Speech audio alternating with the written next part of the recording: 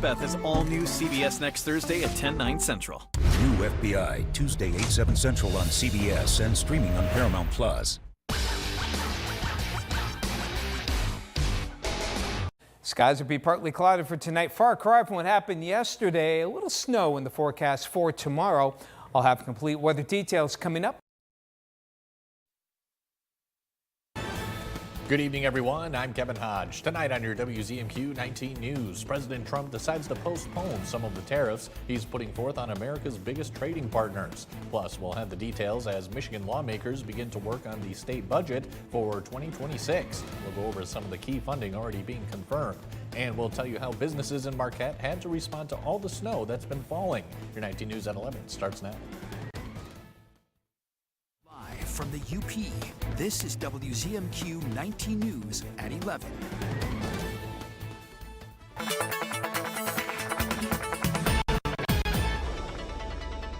Checking out the headlines from Marquette as we go into Friday, the end of a very snowy week.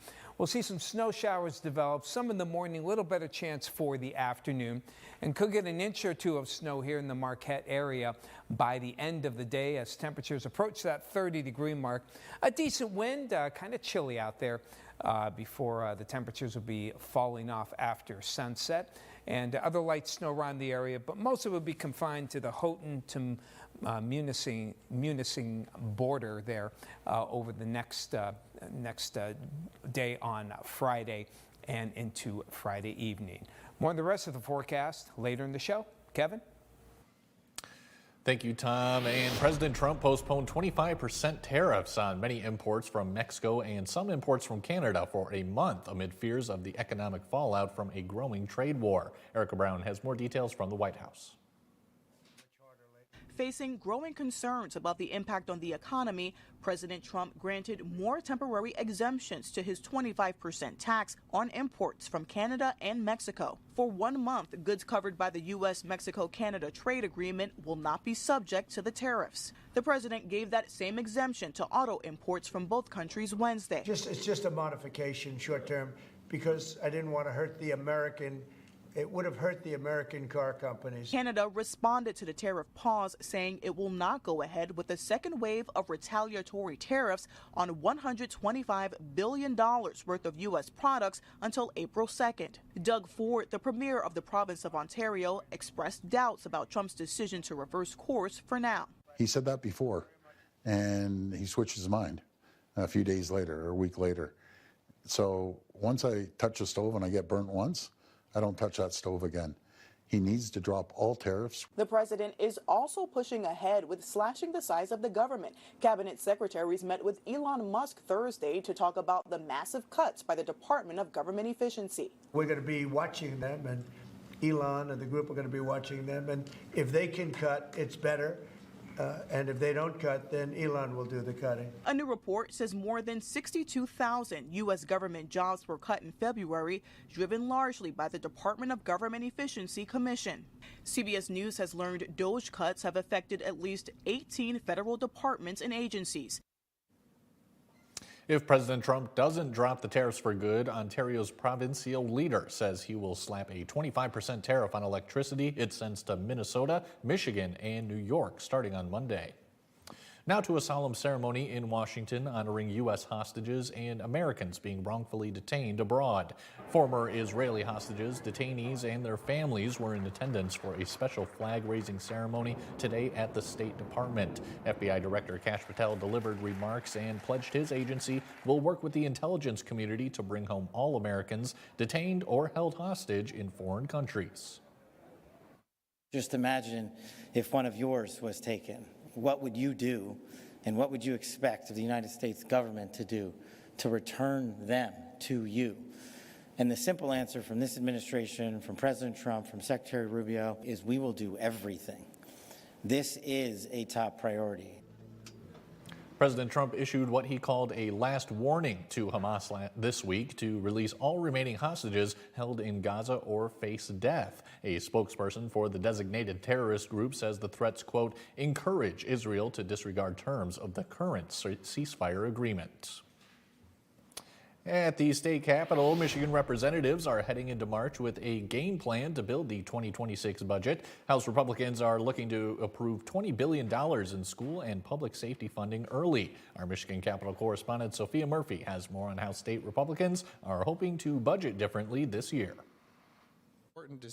To kick off the budget process today, House Republicans introduced what they're calling a government shutdown prevention plan. $20 billion to preemptively approve parts of next year's budget to avoid a potential crisis if the whole thing isn't passed before October. These are not the controversial parts of this budget, so let's just get them out of the way now.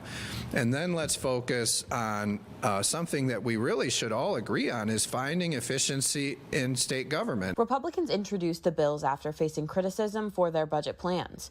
Normally, state funding is finalized in July to allow recipients time to plan ahead. The chair of the House Appropriations Committee says they intend to look at every single budget item to cut unnecessary spending and fund their priorities, even if they have to work on it until the September 30th deadline. We know that the priorities are to find that $3.1 billion for roads, reverse the Democratic income tax hike, and we are committed to do that. The plan includes money for education, corrections, veterans' homes, public safety, local governments, debt payments, and sets a new per-pupil allowance of $1,025. Republicans say they can now take their time on the rest of the budget without worrying about a government shutdown come October. Our committee chairs will go through line by line, boilerplate item by boilerplate item, identify what's working, what's not, where's the slop, and what we need to incorporate in next year's budget. House Democrats say they were informed about the plan just minutes before the vote, calling it reckless and dangerous. The bills passed down party lines and will now need support in the Senate before they can find their way to the governor. From Michigan's capital, Sophia Murphy, WZMQ 19 News. University president. Some local shops in downtown Marquette had to close yesterday with all the snow we've been receiving, leaving many people stuck at home and unable to come into work. WZMQ's Andrew Hand spoke with some Marquette businesses who were feeling the impact. With recent blizzard conditions, some businesses in the Marquette area yesterday either had to close or shift from their regular hours. Places like Baby Cakes were able to hold their all before the outstanding amounts of snow became too much of an issue. Yeah, we opened up like normal when we noticed that like stuff was starting to get really bad. We closed at 1. With better conditions today, the shop was able to open on a different schedule to make sure staff could come in safely. Today, myself and another barista had asked, our manager if it was okay if we closed or opened a little early, and we accommodated by 9 to 5 today. Other places like Trinary Toast and Blossom Bird Bubble Tea had to completely close their doors early morning yesterday due to employees and management being unable to travel in the harsh conditions. Yesterday was crazy. We ended up deciding to close in the morning just to keep our employees safe. This morning we did push back. Normally we open at 8, but today we opened at 10. On Tuesday night, Blossom Bird employees preparing Wednesday's baked goods were unsure if they would even be open to sell them the next day. So on Monday and Tuesday night says baking. The storm was just starting to roll in. Wednesday we ended up being completely closed. So traffic today has picked up with better and brighter weather conditions, slowly bringing customers back in. we're back here today, not too busy at all, very slow, but it's good to be here. Leading into the weekend, businesses throughout the area should be adjusting back to their normal schedules. In Marquette, Andrew Hands, WZMQ 19 News. Tom DeVecchio has your first morning weather forecast after the break. The Superior Arts Youth Theater production of The Wizard of Oz opens the first show tonight. We'll check it out after this. Shop hundreds of lazy boys at Kirkish Furniture in Houghton. Kick back in comfort in an industry-leading recliner. Choose from all fabrics, colors, and sizes with prices starting as low as $4.99 plus free delivery. Shop Kirkish Furniture in Houghton today. John's Auto is quickly becoming everybody's favorite place to buy get their car fixed. John's Auto is quickly becoming everybody's favorite place to fix their car. Was that right? For a better service experience, come to John's Auto Market. Why do I keep forgetting that word? Experience. Okay, go. 3, 2. For a better service experience, come to John's Auto Market. And don't forget, Here's your WZMQ CBS This is Home Community Calendar.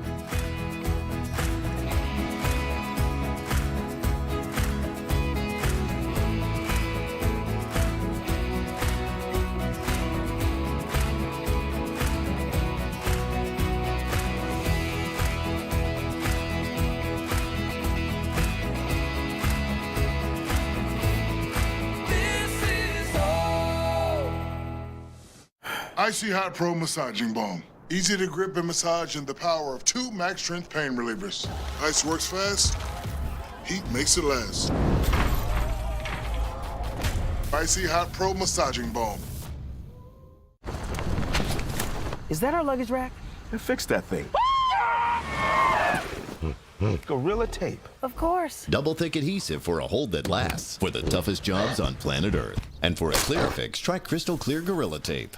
What's bothering Archie? Politics. What the Supreme Court says ain't got nothing to do with the law. Dog tax. Goldfish. Come on now, I draw the line on goldfish. All in the Family, Sundays from 8 to 10 on WZMQ MeTV. Now, WZMQ TV19 First Warning Weather with meteorologist Tom DeVecchio. Checking out the headlines here, we're looking at some light snow as we head on through Friday, into the day on Friday, and could see a light accumulation here on top of the heavier snowfall from yesterday. But after that, looks nice and dry as we head on toward the weekend, and temperatures will be warming up, getting quite mild on Sunday. Hey, maybe we might even get a 50 mark in there for the early part of next week. So here's the snow depth after the snowfall. We've replenished the stock here, as you can see, with the snowpack, especially in the northern half of the Upper Peninsula, anywhere from 1.5 to over 2 feet, while areas closer to the Wisconsin border, Florence toward Escanaba, much smaller amounts on that snowpack. In the meantime, as the kids go to school for tomorrow, they start out cold, temperatures in the mid-teens, might have a few flurries around, a little better chance of some light snow as the kids go home in the afternoon. Far cry from what happened yesterday, but there may be another inch, so the snowshoes and definitely the winter coat, as temperatures will still be around 30, but there'll also be a fairly decent breeze, cold wind as well. Winds, in fact, by the afternoon will be starting to pick up from about 5 to 10 in the morning to 10 to 20 in the afternoon, and out of the north to northwest, so we'll get that lake effect that may get enhanced there until the winds shift for Friday night and into Saturday morning, and it will stay on the light side for the most part. In the meantime, you can see the Friday, some lake effect first begins out toward Houghton to just north of Munising, and then it slides toward the south during the day. Not a lot here. By the end of the day, we should see some sunshine break out, and snowfall amounts will generally be light. And then decent sunshine for Saturday as the warm-up will kick into gear. So snowfall amounts by the end of the day Friday. You can see this little strip here of a little lake-enhanced snow from Munising through Marquette, Lawns, and into Houghton. Looking at 1 to 2 there. Most everyone else, though, will get very little. Coating, perhaps a few tenths of an inch toward the Wisconsin border. Lows for tonight will drop teens in many areas to the lower 20s in the milder spots. And high temperatures tomorrow approaching that 30-degree mark with, again, that little strip of snow from Houghton to Munising. And the rest of the forecast for Saturday, mid-30s, partly cloudy skies. Go to bed Saturday night, set your clocks ahead, those that don't automatically update, of course. And Sunday, mid-40s. Monday, let's try and get to 50. We'll see. But even after that, temperatures do get cooler, but not colder as we head toward Tuesday through Thursday of next week. Tom, thank you. What would you do if an asteroid were headed towards Earth? Well, just this week, there were reports NASA was tracking a bus-sized asteroid flying past our planet. And it's not the only space rock astronomers are watching. Chris Van Cleve introduces us to so-called asteroid detectives and planetary defenders who are trying to protect everyone here on Earth from potential disaster. This is the front line of planetary defense. The Lowell Discovery Telescope in northern Arizona is one of a handful around the world searching the night sky, hunting for asteroids that could potentially threaten planet Earth. We can see orders of magnitude fainter than you would be able to with your naked eye. Since December, astronomer Nick Moskovitz had this telescope trained on asteroid 2024 YR4. At the time, it was predicted to come uncomfortably close to Earth in about 8 years. It rose to a threat level that we just have not seen very often. We knew we had to monitor it and try to understand everything we could about it. So not just where it is, but what is it made of, what size is it. You kind of become an asteroid detective. That's absolutely right. It's like a blur. On a computer screen, it's just a speck of light, tens of millions of miles away. But astronomers calculated it could be between 130 and 300 feet wide. It would cause significant regional damage if it were to impact over a populated area. You're talking about wiping out a city. I'm talking about wiping out a city, yeah. In 2013, a smaller asteroid just 60 feet across exploded over Russia, injuring more than 1,600 people. 50,000 years ago, an asteroid big enough to wipe out an entire city crashed to Earth in what is now northern Arizona. It left this crater, 3/4 of a mile wide, 600 feet deep. Back then, there was nothing humanity could do to stop an asteroid. That's changed. And liftoff. In 2022, a first-of-its-kind test, NASA intentionally crashed a spacecraft into a small asteroid, nudging it just enough to change its trajectory.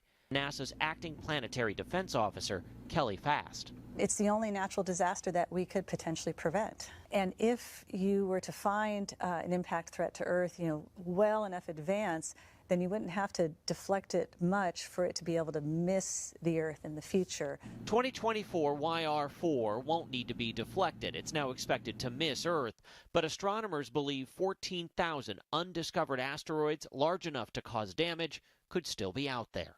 Find them before they find you. The sooner you find them, the more options you have for deflecting potentially hazardous asteroids. Which is why Moskovitz keeps scanning the night skies. If you're looking for something to do this weekend, follow the Yellow Brick Road to the Forrest Roberts Theater. Our John Truitt has a story that's somewhere over the rainbow.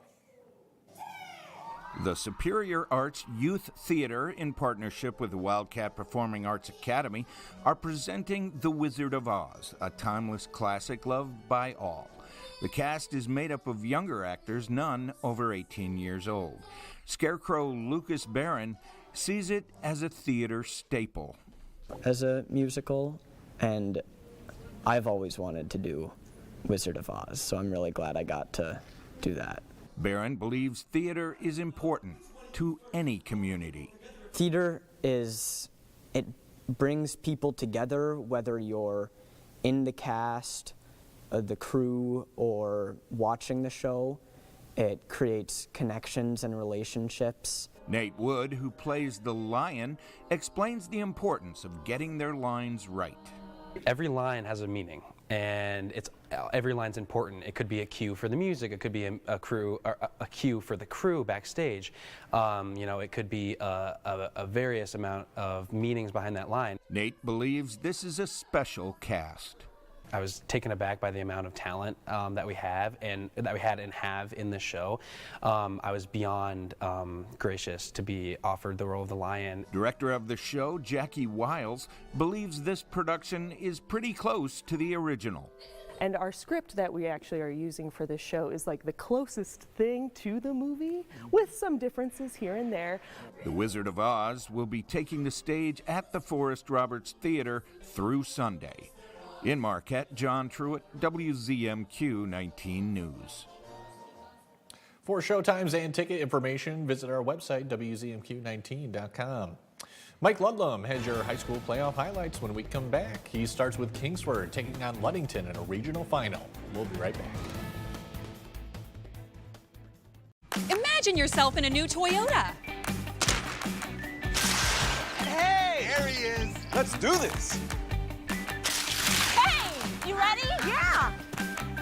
You're up, guys. All right.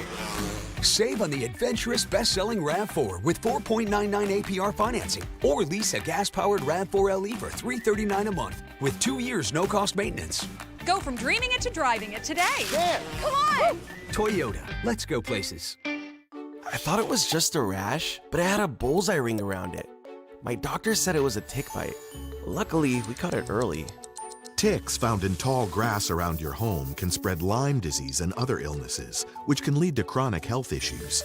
The CDC estimates nearly 500,000 people across the country are diagnosed with Lyme disease each year. I didn't understand why my brother was having so many asthma flare-ups. Sometimes he couldn't breathe. Turns out a roach problem at home was triggering it. Allergens left behind by dust mites, roaches, and rodents are a major driver of asthma attacks, especially in children. When I had a fever, body aches, and fatigue, I never thought it would have been West Nile virus. All it took was a mosquito bite while gardening.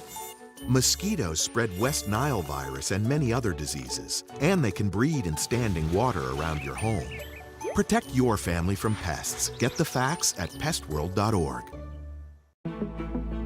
Automakers never stop thinking about your safety. When they discover a safety defect, they issue a safety recall and cover the cost of repairs. It doesn't matter how old your vehicle is or if you're not the original owner. All you need to do is bring it in. Do your part by checking for safety recalls at checktoprotect.org.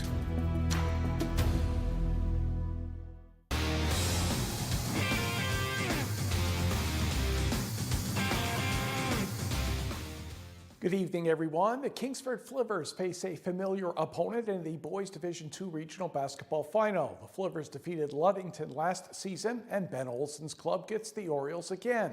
Tonight's game was the first of a doubleheader at Gaylord High School. And it didn't take long for things to get going in the favor of the Maize and Blue. Jack Kriegel the steal, the basket, it's 4-0. Kingsford pushing the pace all night in transition. Kriegel strikes again to make it 9-2. He had 16 points. Then it was Gavin Grondin from the top of the key, a triple, part of his 23. Messiah Himes comes back to give the Orioles a much-needed basket, but Morgan Slike had 18 on the night, and things just would keep going better, even though Taj Williams would score here.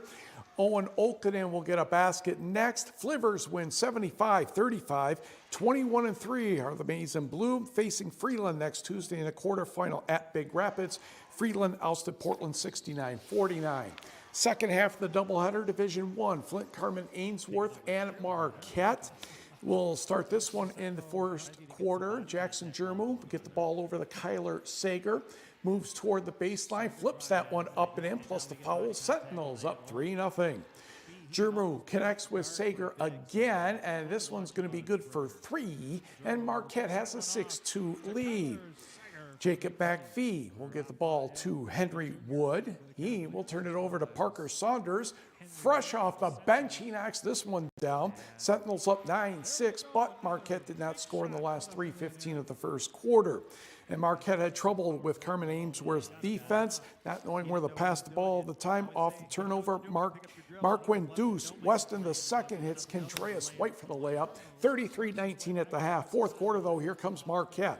Jacob McPhee, the score, the foul. They were down 13. The free throw makes them down 4, 58-54. He had 11 points. Marquette's pressure defense led the baskets, but Jaden Green will score here, and Marquette's season comes to a close. 64-56, the Sentinels record 22-4.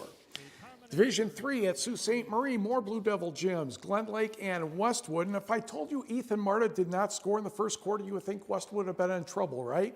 No, because Tristan Miller was going nuts. He ended up with 23, half of those in the first quarter. AJ Pizziola, the basket. He had 7. That's an 11-4 lead for the red, white, and blue. Gabe Hazelton fires in a 3 for the Lakers of Glen Lake. And Jacob Plamondon had 17 points. And don't worry, though. Westwood was playing great all night long. Reed Frastaglio will get a hoop, and the Patriots win this regional title 62-41. Maple City Glen Lake only scored like 11 points in the second half. Marta ended up with 13. Westwood takes on McBain next Tuesday at Boyne City. McBain eliminated Beale City 64-56. To the scoreboard, a regional semifinal in Division 4. Bessemer in overtime upends Dollar Bay 51-47. So it'll be Forest Park and Bessemer Saturday in the regional final. That one takes place at Negaunee.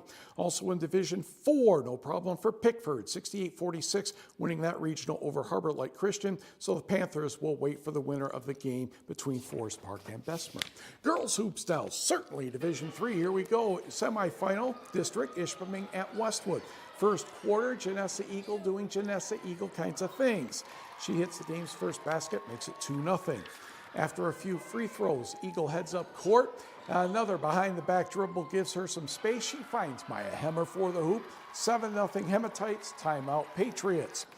Then Lexi Olson surveys the situation for Westwood and drives strongly to the hoop for the basket and the foul.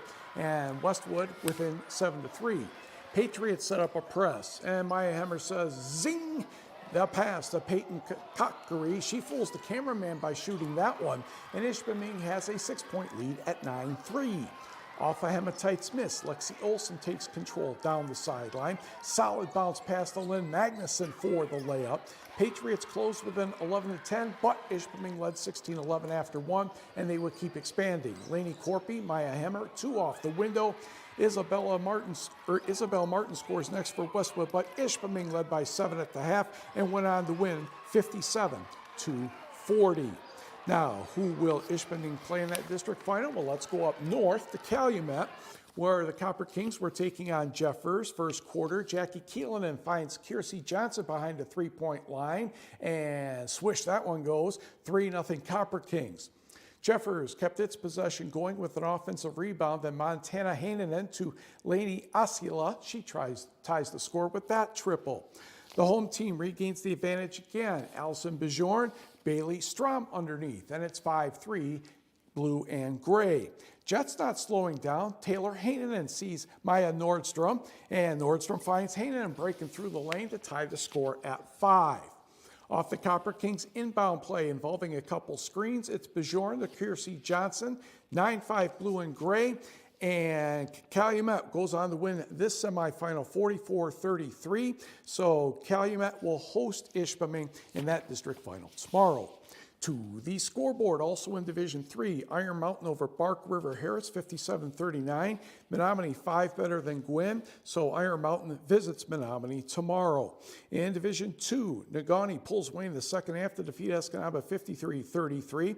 Gladstone 52, Houghton 36, so it's Gladstone and Negaunee back at Negaunee tomorrow.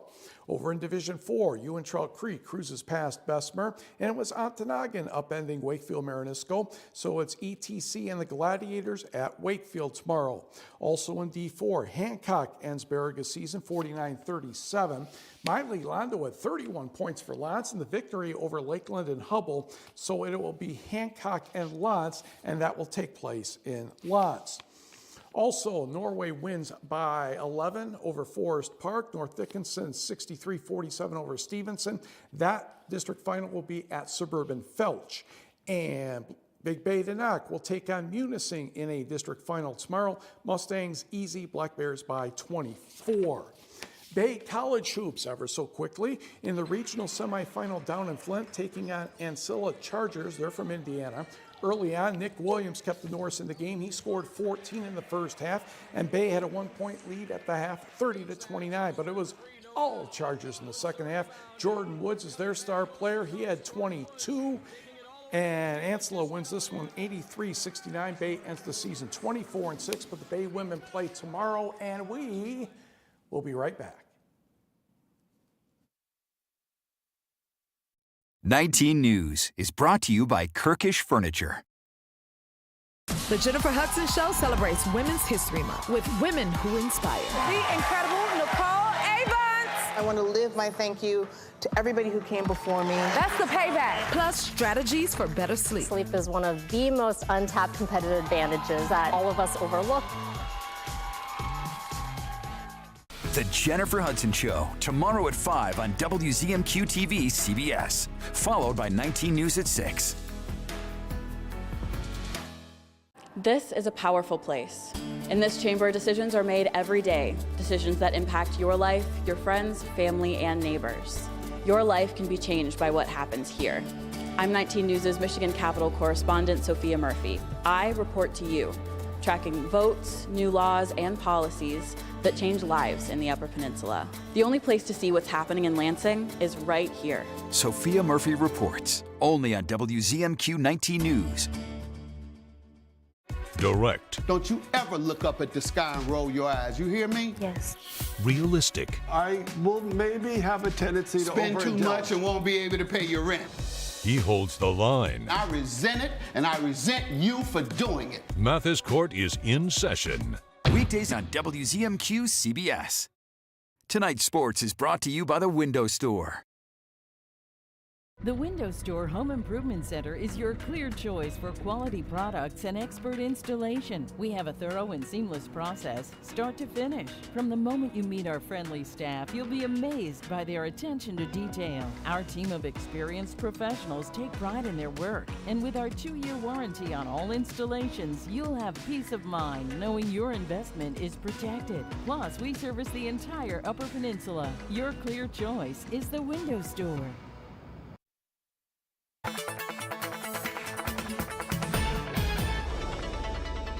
Look, I have a few flurries tonight, but most of the snow will be around tomorrow. A little lake enhancement here, so from Houghton through Lawns and into Marquette, perhaps even into Munising. We're looking at about 1 to 2 inches of snowfall. Everyone else, though, as you can see, less than an inch, and even toward Wisconsin border there, toward Lake Michigan and northeastern Wisconsin, very little in the way of snowfall. Temperatures tonight will bottom out in the mid to upper teens. A few of you will be in the 20s. And then as we head toward tomorrow, should get close to 30 degrees overall. Again, that strip of snow there with a couple inches in that strip we showed you earlier. Mid-30s, maybe even close to 40 southeast of Iron Mountain. And for the rest of the forecast, keeping it dry for the weekend, nice warm up for Sunday, and looking pretty decent temperature-wise through much of next week. Kevin? Tom, thank you. And Mike? Roll the video. Let's MSU, roll it. Iowa. We don't need to wait for anything else. We'll pick this up in the second half. Jace Richardson with an acrobatic shot in the foul. He had 22 points. Iowa, though, still led by 6. Evan Bronze with a dunk on the other end. Hawkeyes back up by 7. Spartans trail by double digits in this one again. But in the second half, they played so much better. We have somebody who can dunk better than Bronze, and his name is Cohen Carr. Kaboom. And Michigan State takes the lead at that point, 59-58. Jaden Akins from the outside will hit one here. He had 15. Spartans up by 6 at 70-64. Jeremy Fears would get a layup as well. And Michigan State goes on to win this one, 91-84, to clinch the Big Ten championship all by themselves. By the way, Michigan at MSU Sunday, right here on TV 19 at noon. Red Wings lose to Utah 4-2 and say goodnight. Good night.